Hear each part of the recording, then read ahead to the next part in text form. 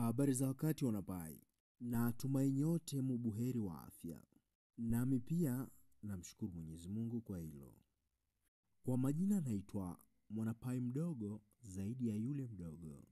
Lengo mahususi ni kuhimizana kuchimba pai, huku tukiendelea kupeana elimu kadha wa kadha kuhusu sarafu yetu hii pendo ya pai. Leo tutaenda kuzungumzia kipengele kimoja katika upande wetu wa sarafu ya pai.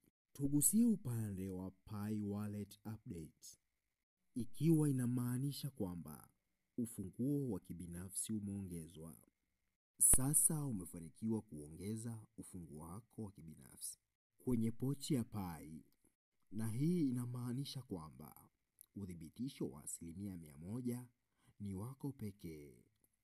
Pochi yako ya pai ni sawasawa na udhibitisho kamili jumlisha wajibu kamili. Tuiangalie hii ina maana gani. Wewe pekee ndiye unayefunguo. Hakuna mabenki, hakuna huduma kwa wateja, hakuna uwekaji mpya wa neno la siri. Hakuna mtu mwingine yoyote anayeweza kuifikia mail yako wala kuirejesha ukiwa umeipoteza funguo. Huu ni uhuru wa kweli, lakini pia wajibu mkubwa. Kutokana na hilo basi, wengi tunashauriwa kuzingatia vidokezo vya usalama ambavyo nitaenda kuvitaja. Namba 1. Hifadhi funguo zako mahali salama, kama vile karatasi, kifaa cha nje au pochi ya mauzo. Namba 2.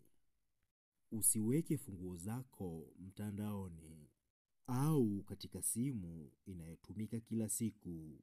Namba 3, ama kipengele cha 3, tengeneza nakala salama, yaani backup zaidi ya moja.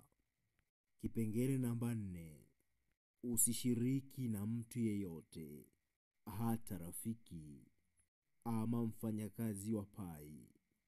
Jambo la kuzingatia, yaani kumbuka, sio funguo zako, sio sarafu zako. Sasa ni funguo zako, ni sarafu zako. Hongera kwa hatua yako ya kwanza kuelekea uhuru wa fedha ama uhuru wa kifedha.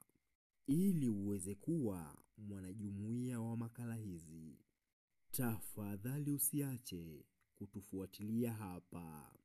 Na ikiwa una maoni ama ushauri, tafadhali usiache kutuandikia hapa. Na ikiwa kuna makosa katika makala hizi, lawama na msamaha vyote twavistahili sisi. Ikumbukwe tu kwamba lengo mahususi ni kuelimishana katika ulimwengu huu wa sarafu za kidigitali, hususan sarafu ya pai. Neno la mwisho kwako: chimba pai, tunza maneno yako ya siri, tunza pochi yako. Karibu tena katika makala zetu zifuatazo: elimu isiyokuwa na kikomo, ulimwengu wa sarafu za kidigitali, sarafu ya pai. Asante.